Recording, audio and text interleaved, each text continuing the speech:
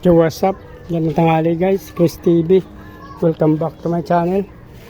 Guys, dun sa may terrace kasi, nag-check ako ng aking mga breeder dun. May nakita ako dun na fry guys, 10 piraso. Hindi ko lang na-videoan pero nandun naka-acclimate, mamaya papakita ko sa inyo. So, umakyat din ako dito sa terrace ko guys. Yan o. Mayroon ako napansin dito guys na fry ng ating RDSS na Big Mama guys.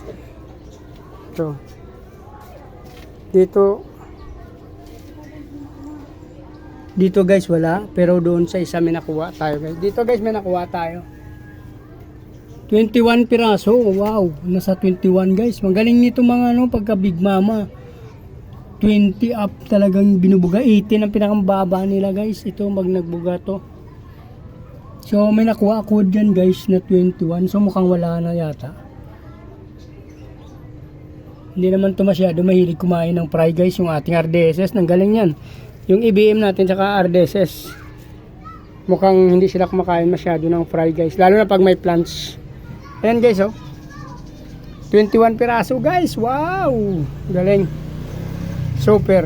Big Mama kasi nagbuga dyan guys. Dalawang Big Mama nandyan. Pinarisan ko ng ating RDSS dun sa baba.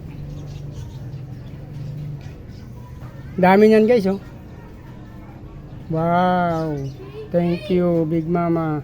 Dito ko yan nakuha guys. Pero ibabalik na natin yung plants. Yung plants kasi kinuha ko guys oh. Mawala namang nasamang fry dyan. So ibabalik na natin to.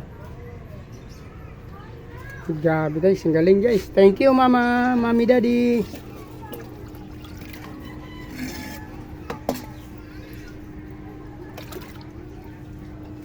Galing yan guys. Pag nagbuga itong RDSS natin dito sa terrace.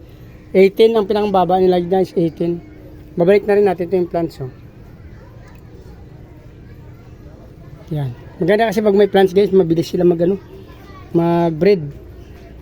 Para natural habitat na nila kasi ito.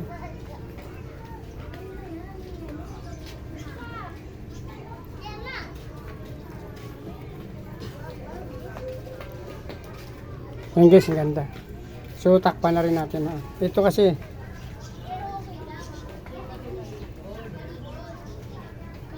ito guys, ibabalik ko na lang yun mamaya. So, papakita ko muna sa inyo yung acclimate natin.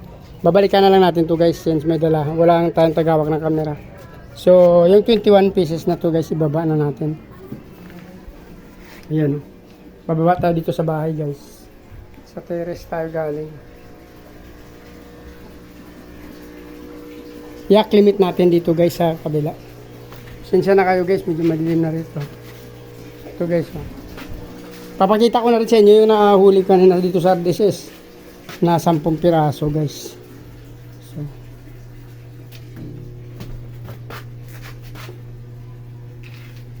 ano to? Lagyan natin ito guys, baka mabitawan na. Papakita ko na sa inyo yung yung 10 piraso. Dito kasi guys, i-set up natin dito ngayon. Papakita ko yung sa inyo ulit. Yan yung ating mga grower sa ilalim. Breeder. May muli dyan na grow out. Ito muli din to grow out. Short body. Dalawang short body na muli yan guys. Yun ang nakano dito. Ito grow out din to sa ibabaw. So, meron tayo ditong dito kasi sa IBM natin, 4 pa lang yun sa kanan. So, 10 pa lang yun. October 6 sa October 10. Ito naman yung isa. Ayan guys, nakuha natin kanina. October 10 din. Dito sa kabila, mayroon din dyan na ilagay tayo na 6. Ito, October 10 na dagdag. 10 piraso guys. Pakita ko na sa inyo. Pero naka-acclimate na to dito. Ito guys oh. Yan.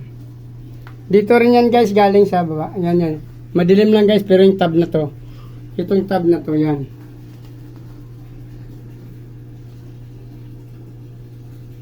Yan yung tab na yan guys na pinagkuhanan natin ito. Yan. Siguro kahapon pa to. Ngayon lang natin napansin. Kasi medyo malaki na nga. So, i-acclimate natin dito guys. Yan. Yan. Isama na natin yung nakuha natin sa taas.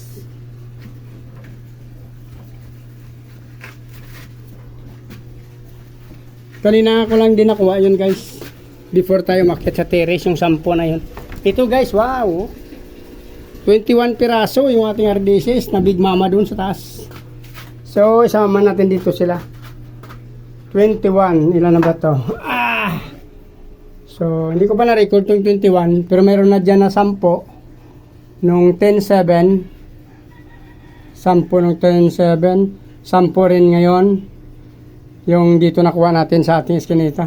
Meron din tayong 21 piraso. So, 20 plus 21, 41 na piraso na sila dito guys. Limit lang muna natin ng 30 minutes. Ay, sorry. Mamaya may deep fry na sama. Wala naman natin. So, ito guys. Mayroon dyan na 10. Tapos yung kanina 10 din. Dagdagan natin 21. So, maging 41 sila dyan guys. Natin di guys. Mamaya may nasama.